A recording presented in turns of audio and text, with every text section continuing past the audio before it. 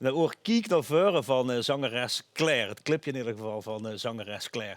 En de volgende dame die aan de beurt is volgens mij een debutante. Soes is haar artiestennaam, maar ze heeft ze niet echt, hè?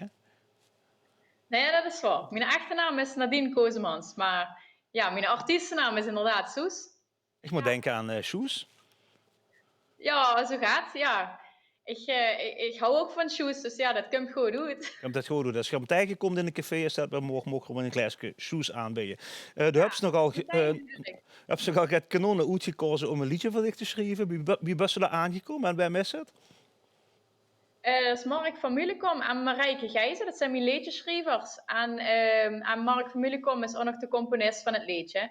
Ehm, ja, en ik heb me geen eens twee goede uitgezocht. Maar ik ben er aangekomen via Nick Derks, eigenlijk. Die heeft me hiermee geholpen. Ja, want Die het heeft zit. zichzelf ook eens zien optreden met een liedjesconcours in een dorp in Wienerstrouw. En toen zei hij dat ik er met weer moest gaan. Dus hij heeft me wel geïnspireerd om hier mee te doen. Ja, toen kwam ze uit Hulsberg, hè? Lijf van een beetje in Hulsberg, dus toen metgestaan voor het LVK. Ja, toch wel. Ja, ik ben de derde die met uit Hulsberg. Dus het is drukke boel in Hulsberg. Maar wel super, super leuk natuurlijk. Heb je ook contact met die anderen of is er een soort van concurrentie? Nee, ik wil geen concurrentie. Maar ik heb niet per se heel veel contact. Maar het gaat gewoon hartstikke goed. En het is super leuk. Dus Ja, dan heb je een liedje dat het rap erachteraan.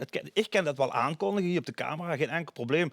Maar ik zou het wel leuk vinden als ze het zelf zou doen. Wil ze dat alsjeblieft voor mij doen? ja, is goed. Dames en heren, hier komt voor u Soes met Rap erachteraan.